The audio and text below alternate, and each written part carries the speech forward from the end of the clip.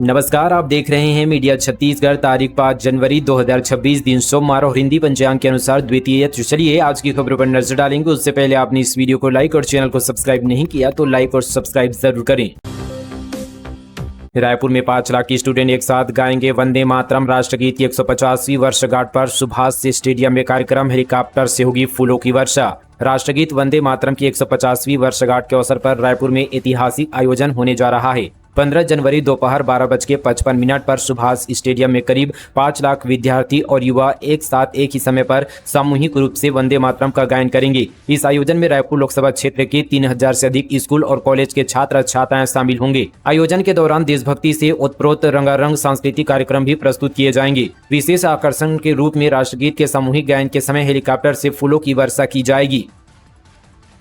परीक्षा पे चर्चा 2026 में छत्तीसगढ़ की बड़ी उपलब्धि। पालक सहभागिता देश में नंबर 1, 81,533 अभिभावकों का पंजीयन। प्रधानमंत्री नरेंद्र मोदी की पहल परीक्षा पे चर्चा 2026 के तहत परीक्षा को तनाव मुक्त उत्सव के रूप में मनाने की दिशा में छत्तीसगढ़ ने उल्लेखनीय उपलब्धि हासिल की है। पालकों की सहभागिता के मामले में छत्तीसगढ़ ने देश भर में पहला स्थान प्राप्त कर एक नई मिसाल कायम की है। अब तक छत्तीसगढ़ से 25,16,000 प्रतिभागियों ने पंजीयन किया है, जिनमें 22,75,000 विद्यार्थी, 1,55,000 शिक्षक और 81,533 पालक शामिल है। यह उपलब्धि राज्य में परीक्षा प्रबंधन, समय प्रबंधन, पालकों को अपने बच्चों को परीक्षा में अधिक अंक लाने हेतु अनावश्यक दबाव देने से बचने तथा उनके आत्मविश्वास को बढ़ाने के लिए किए जा रहे सुनियोजित प्रयासों को दर्शाती है।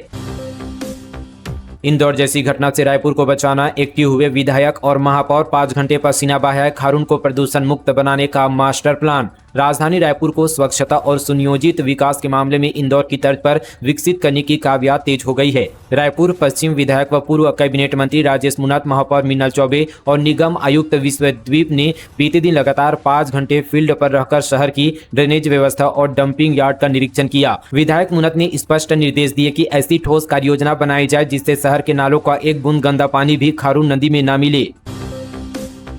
न्यू ईयर पर 4 करोड़ 6 लाख की शराब पिए गए रायगढ़वासी। 2 दिन खूब जश्न। विदेशी प्रीमियम शॉप में 13 लाख तक की शराब बिकी। रायगढ़ जिले में इस बार शराब पीने के शौकीनों ने नए साल का खूब जश्न मनाया। जिले में 2 दिनों में 4 करोड़ 6 लाख 67 हजार की शराब बिकी। इस न्यू ईयर में रिकॉर्ड तोड़ बिक्री हुई। इससे शासन को करोड़ों का राजस्व 2 दिन में ही मिल गया।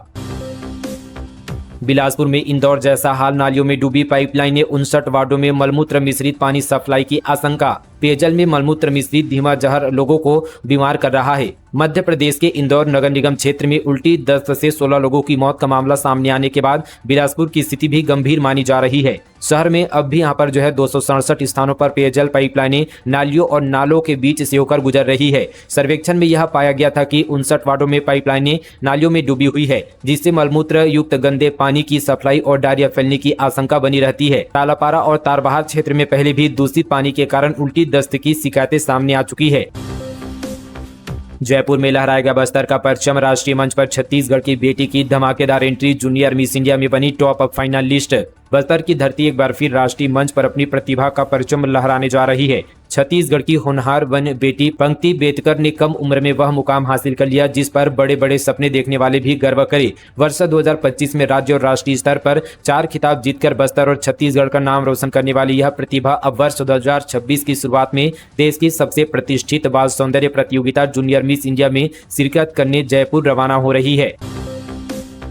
नशे में टल्ली टीचर स्कूल में करने लगा उठक बैठक। कैमरे के सामने बोला 20 रुपए में आधा गिलास पिया हूं। बीईओ बोले कड़ी कार्रवाई होगी। सरगुजा जिले के वंदना प्राइमरी स्कूल का एक शिक्षक शराब के नशे में धूत होकर स्कूल पहुंच गया। शिक्षक राज प्रताप सिंह ने कहा उसने सिर्फ 20 रुपए में आधा गिलास शराब पी है। इसके बाद वह उठक बैठक करने लगा। इस पूरी घटना का वीडियो सामने भी आया है। बताया जा रहा है कि स्कूल में शिक्षक के नशे में होने की जानकारी मिलने पर ग्रामीणों ने स्थानीय पत्रकारों को सूचना दी। जब पत्रकार स्कूल पहुंचे तो शिक्षक नशे की हालत में मिला और उसने शराब पीने की बात खुद स्वीकार की।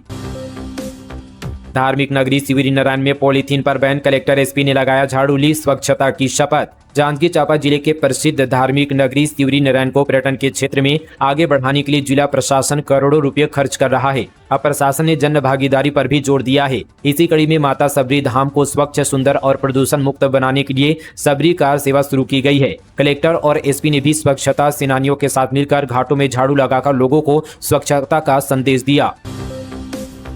कांगेर घाटी में मिली अनोखी ग्रीन गुफा। जल्द खुलेंगे पर्यटकों के लिए नए द्वार। कांगेर घाटी राष्ट्रीय उद्यान अपनी अद्भुत प्राकृतिक सुंदरता, समृद्ध जैव विविधता और विश्व प्रसिद्ध पर्यटन स्थलों के लिए देश विदेश में विख्यात है। इसी कड़ी में अब कांगेर घाटी में एक और यहाँ पर अनोखी प्राकृतिक की स्थलाकृति सामने आई है, जिसे ग्रीन केव यानी ग्रीन गुफा नाम दिया गया है। वन मंत्री कश्यप ने स्पष्ट किया कि ग्रीन गुफा के पर्यटन मानचित्र में शामिल होने से कांगेर घाटी राष्ट्रीय उद्यान में पर्यटन को नया आयाम मिलेगा, जिससे स्थानीय रोजगार के अवसर बढ़ेंगे और क्षेत्रीय विकास को गति प्राप्त होगी। शीघ्र ही पर्यटक इस अद्भुत गुफा की प्राकृतिक खूबसूरती का प्रत्यक्ष अनुभव कर सकेंगे। वन विभाग द्वारा आवश्यक तैयारियां पूर्ण किए जाने के बाद शीघ्र ही इस गुफा को पर्यटकों के लिए खोले जाने की योजना है।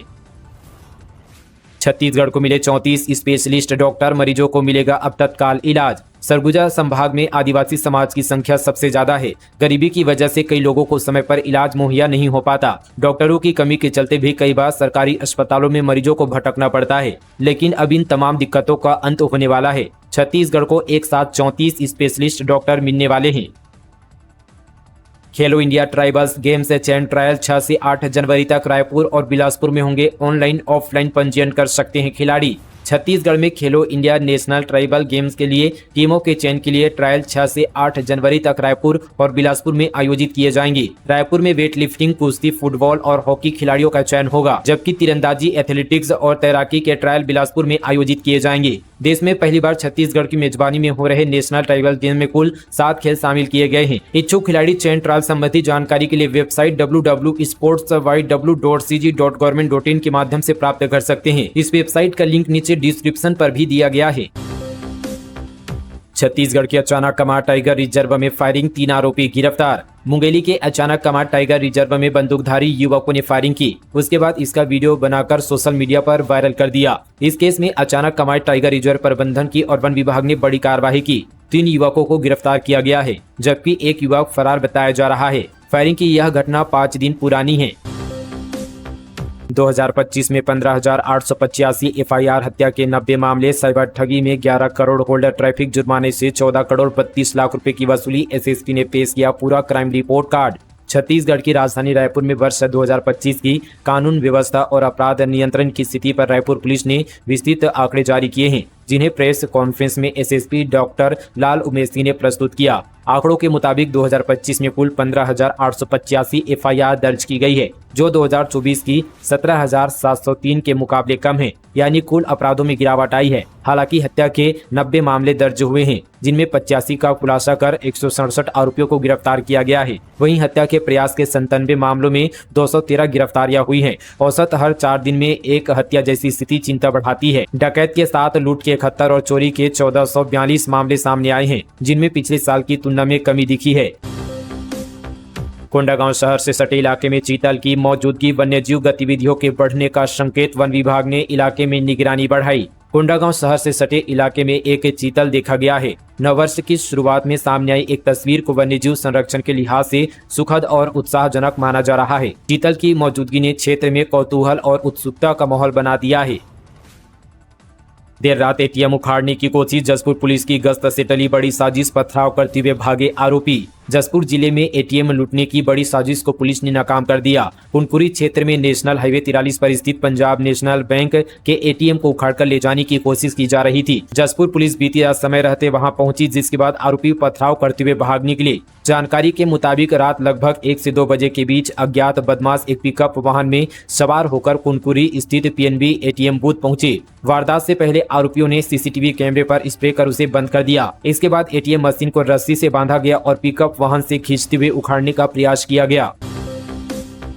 बलौदाबाजार में व्हाट्सएप के जरिए रेत का अवैध कारोबार, कुरूद घाट पर रात दिन चल रहा माउंटेन मशीन, अधिकारियों का संरक्षण मिलने का आरोप। बलौदाबाजार और रायपुर जिले की जीवन रेखा महानदी पर रेत माफियाओं का अवैध खनन जारी है। माफिया ग्राहकों को बुलाने के लिए खुलेआम व्हाट्सएप स्टेटस का उपयोग कर रहे हैं। एक फुटेज भी सामने आया है, जिसमें लोडिंग चालू होने की बात लिखकर स्टेटस में अपलोड कर दी गई है। नियमों के विपरीत सबसे ज्यादा खनन सिरपुर के पास कुरूद, चिखली और हरदी घाटों पर हो रहा है। हालांकि इन इलाकों में प्रशासन और खनन विभाग की ठोस कार्रवाई की कोई खबर अब तक नहीं आई है। नियमों के अनुसार रेत खनन सुबह 6 बजे से शाम 6 बजे तक केवल मैनुअल तरीके से किया जाना चाहिए, जिसमें ट्रैक्टर ट्रालियों का उपयोग सीमित होता है। हालांकि कुरुद घाट पर स्थित बिल्कुल विपरीत है। यहाँ एक साथ 3 से 4 शक्तिशाली चेन माउंटेन मशीन दिन रात अवैध रूप से रेत निकाल रही है। इन मशीनों से निकली गई रेत को बड़ी हाईवा ट्रकों में ओवरलोड कर ले जाया जा रहा है। सैकड़ों की संख्या में बिना रॉयल्टी पर्ची वाले वाहन रोजाना बलौदाबाजार, रायपुर, मुंगेली, बिलासपुर, बेमेतरा और महासमुंद जैसे आसपास के जिलों में रेत पहुंचा रहे हैं।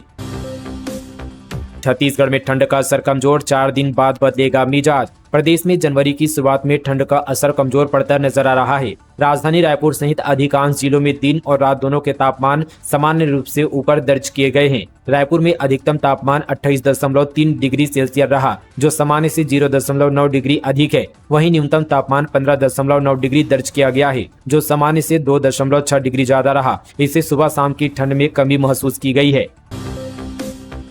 386 लोगों के बिजली कनेक्शन काटे गए, 31 उपभोक्ताओं के खिलाफ एफआईआर दर्ज। बिजली विभाग की कार्रवाई ने उड़ाए लोगों के होश। गरियाबंद जिले के राजिम में विद्युत वितरण कंपनी ने बड़ा एक्शन लिया है। बिजली विभाग के इस एक्शन के बाद लोगों में हड़कंप मच गया है। दरअसल बिजली विभाग ने एक साथ 386 लोगों के बिजली कनेक्शन काट दिए हैं। इस दौरान सबसे खास बात ये रही कि यहाँ पर विभाग ने सभी कनेक्शन जीपीएस से काटे हैं। इतना ही नहीं, बिजली विभाग ने 31 उपभोक्ताओं के खिलाफ एफआईआर भी दर्ज करवाई है।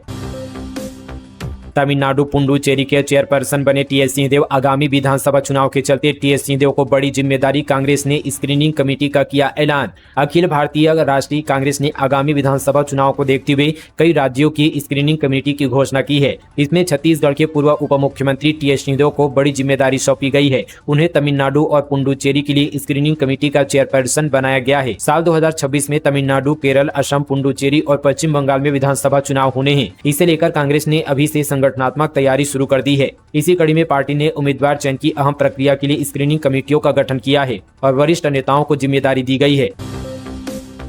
एक ही एम्बुलेंस के भरोसे 400 से ज्यादा गांव। कांकेर जिले में निःशुल्क एम्बुलेंस सिर्फ एक सपना, मरीजों को हो रही परेशानी, अधिकारी भी बेबस। कोयलीबेड़ा ब्लॉक के अस्पतालों में इन दिनों संजीवनी एक्सप्रेस 108 की कमी सबसे बड़ी समस्या बनकर उभरी है। पिछले कई महीनों से इस क्षेत्र में केवल एक ही एम्बुलेंस 108 के भरोसे काम चलाया जा रहा है, जबकि ब्लॉक की जनसंख्या 1.5 लाख से अधिक है और यह क्षेत्र 400 से अधिक गाँव, 7 प्राथमिक स्वास्थ्य केंद्रों, 1 सिविल अस्पताल एवं सामुदायिक स्वास्थ्य केंद्र और दर्जनों उप स्वास्थ्य केंद्र का क्षेत्र है।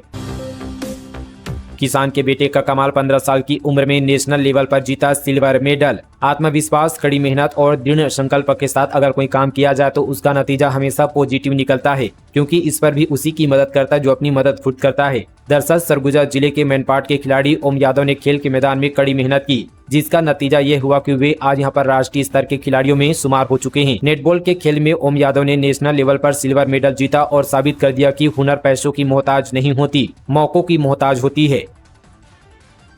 स्वास्थ्य मंत्री बोले, कांग्रेस शासनकाल के भ्रष्टाचार के कारण जांच प्रभावित, हमर लैब में जल्द शुरू होगी जांच सेवाएं। कहा, आजिम प्रेमजी फाउंडेशन बनाएगा सुपर स्पेशलिटी हॉस्पिटल। सरगुजा प्रवास पर पहुंचे स्वास्थ्य मंत्री श्याम बिहारी जायसवाल ने कहा कि पूर्व कांग्रेस सरकार में रिएजेंट खरीद में करीब 600 करोड़ रुपए का भ्रष्टाचार हुआ है, जिसकी वजह से हमर लैब और अन्य अस्पतालों में जांच सुविधाएं प्रभावित हुई है। रिएजेंट खरीदी की प्रक्रिया पूरी कर ली गई है, जल्द ही सभी प्रकार की जांच सेवाएं शुरू हो जाएगी। मंत्री ने कहा कि अंबिकापुर को मेडिकल हब बनाया जाएगा। यहाँ 300 बेड के सुपर स्पेशलिटी हॉस्पिटल के लिए MOU किया गया है। कांग्रेस शासनकाल में स्थापित प्रदेश के सभी हमर लैबों में रिएजेंट की कमी के कारण करीब 100 प्रकार की जांच सुविधाएं ठप है। इसके अलावा कई हॉस्पिटलों में कई जांच नहीं हो पा रही है। सत्यम परिवेश कॉलोनी में टाउन एंड कंट्री प्लानिंग का बड़ा एक्शन, बिल्डर और निगम अधिकारियों पर गिरेगी गाज। छत्तीसगढ़ में भू माफियाओं और नियमों की धज्जियां उड़ाने वाले बिल्डरों के खिलाफ प्रशासन ने सख्त रुख अख्तियार कर लिया है। राजनांदगांव के सत्यम परिवेश कॉलोनी में विकास अनुज्ञा के उल्लंघन का एक बड़ा मामला सामने आया है। टाउन एंड कंट्री प्लानिंग विभाग की जांच में हुए खुलासे के बाद अब इस कॉलोनी की भवन अनुज्ञा निरस्त करने और निर्माण कार्यों को सील करने की तैयारी पूरी कर ली गई है। रायगढ़ में इंडस्ट्रीज में नियमों का उल्लंघन, MSP और सुनील इस्पात समेत 3 फैक्ट्रियों पर केस दर्ज, निरीक्षण में पाई गई कमी। रायगढ़ जिले में औद्योगिक इकाइयों में नियमों की अनदेखी का आरोप है। यह भी आरोप है कि इसके कारण बार बार दुर्घटनाएं हो रही है। इस स्थिति को गंभीरता से लेते हुए औद्योगिक स्वास्थ्य और सुरक्षा विभाग ने जांच कर नियमों के उल्लंघन के मामले में 3 उद्योगों के खिलाफ श्रम न्यायालय में आपराधिक प्रकरण दर्ज कराया है। फिल्म पायरेसी पर रायपुर पुलिस का बड़ा एक्शन, छत्तीसगढ़ी फिल्म सीधा सजन को यूट्यूब पर लीक करने वाले आरोपी पर FIR। छत्तीसगढ़ी फिल्म जगत छालीवुड से जुड़ी पायरेसी की एक खबर सामने आई है। रायपुर के टाटीबंध निवासी फिल्म निर्माता की शिकायत पर आमनाका पुलिस ने एक यूट्यूब चैनल संचालक के खिलाफ कॉपीराइट एक्ट के तहत एफआईआर दर्ज की गई है। आरोपी ने बिना अनुमति के सेंसर बोर्ड से प्रमाणित फिल्मों को अपने चैनल पर अपलोड कर लाखों रुपए की कमाई की और निर्माता को भारी आर्थिक नुकसान पहुंचाया। राष्ट्रीय गतका चैंपियनशिप छत्तीसगढ़ का प्रतिनिधित्व करेगी कस्तूरबा विद्यालय बेमेतरा की बेटियां पंजाब के लिए हुई रवाना। बेमेतरा जिले के कस्तूरबा विद्यालय की 2 छात्राओं का गतका खेल में राष्ट्रीय स्तर पर चयनित हुआ है। इस खेल में दुर्गा गायकवाड़ और चांद चतुर्वेदी छत्तीसगढ़ का प्रतिनिधित्व कर रही है। पंजाब लुधियाना में 69वीं राष्ट्रीय शालेय खेल क्रीडा गतका का खेल का आयोजन किया जा रहा है। राष्ट्रीय स्तर पर 6 जनवरी से 11 जनवरी तक होगा। इसमें बालक बालिका अंडर 19 प्रतिभागी शामिल होंगे। खैरागढ़ में प्रशासन का बड़ा फैसला, हनईबन लाइमस्टोन ब्लॉक निरस्त सीमेंट फैक्ट्री परियोजना पर बढ़ा विरोध। खैरागढ़ छुईखदान गंडई जिले के दनिया, अत्रिया, उदयपुर और हनईबन क्षेत्र में प्रस्तावित लाइमस्टोन खनन और सीमेंट फैक्ट्री परियोजना को लेकर प्रशासन ने एक अहम निर्णय लिया है। छुईखदान विकासखंड के अंतर्गत जगमड़वा, हनईबन, मर्दकटोला, चुना पत्थर ब्लॉक को औपचारिक रूप से निरस्त कर दिया गया है। यह ब्लॉक करीब 304.209 हेक्टेयर क्षेत्र में फैला हुआ था और इस क्षेत्र का दूसरा सबसे बड़ा खनिज ब्लॉक माना जा रहा था। भारतीय भूवैज्ञानिक सर्वेक्षण के G2 स्तर के सर्वे में यहां लगभग 52.745 मिलियन टन चूना पत्थर का भंडार पाया गया था। हालांकि पर्याप्त खनिज होने के बावजूद विभिन्न कारणों से इसे निरस्त करने का निर्णय लिया गया है। फिलहाल दोस्तों, ये थी छत्तीसगढ़ की तमाम बड़ी खबरें मीडिया छत्तीसगढ़ पर। आप सभी को आज का न्यूज कैसा लगा नीचे कमेंट पर जरूर बताइएगा। मिलते हैं और खबरों के साथ, तब तक के लिए जय हिंद, जय छत्तीसगढ़, जय जवाहर।